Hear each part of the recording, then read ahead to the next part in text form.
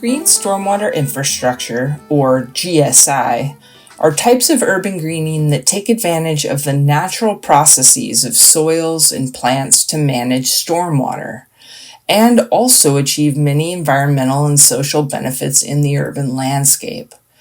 GSI can help reduce flooding, clean the air and improve water quality, reduce heat by creating shade, calm traffic, provide habitat for insects and animals, deter illegal dumping, and other benefits.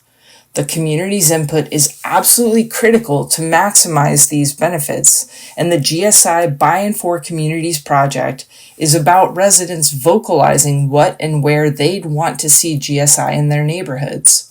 We'll share more about the project progress to date, but first let's see a few examples of what GSI looks like.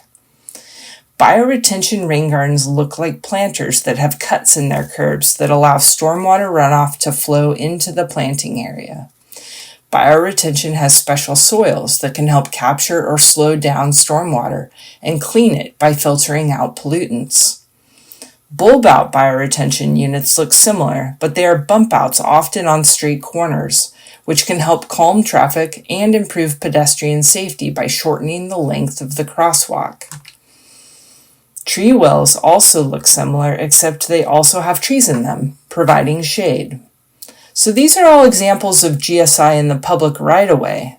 On private properties, examples of GSI can also include simple rain gardens that can manage stormwater from sidewalks, parking lots, and rooftops.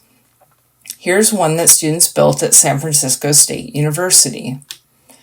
Not exactly green infrastructure, but rain barrels are a type of sustainable stormwater management in which you simply direct a building's downspout into the barrel to catch stormwater runoff from a roof. So now that you have some idea of what GSI is, let's talk about the project. As part of the project, 2 separate community greening and resilience workshop series are taking place, one in Oakland and one in Richmond.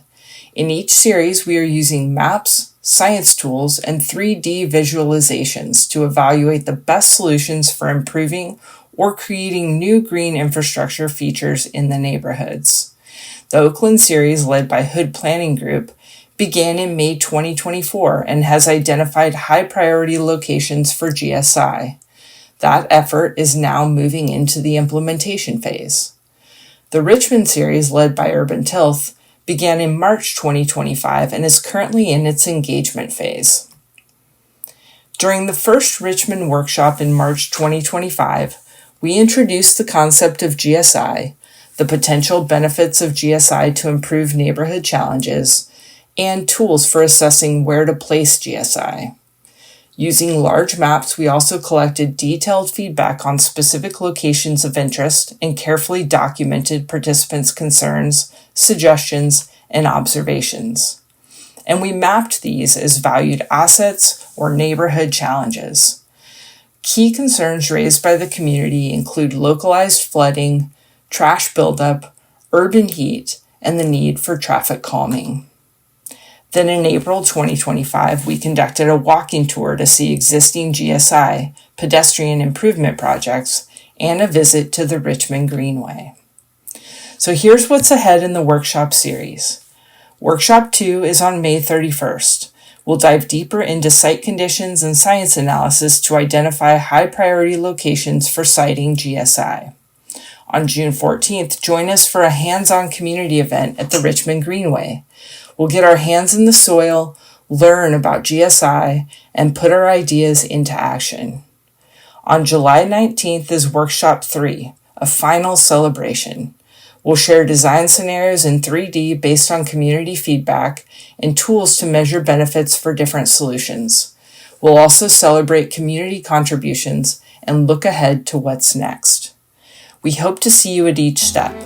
Your voice and presence make all the difference.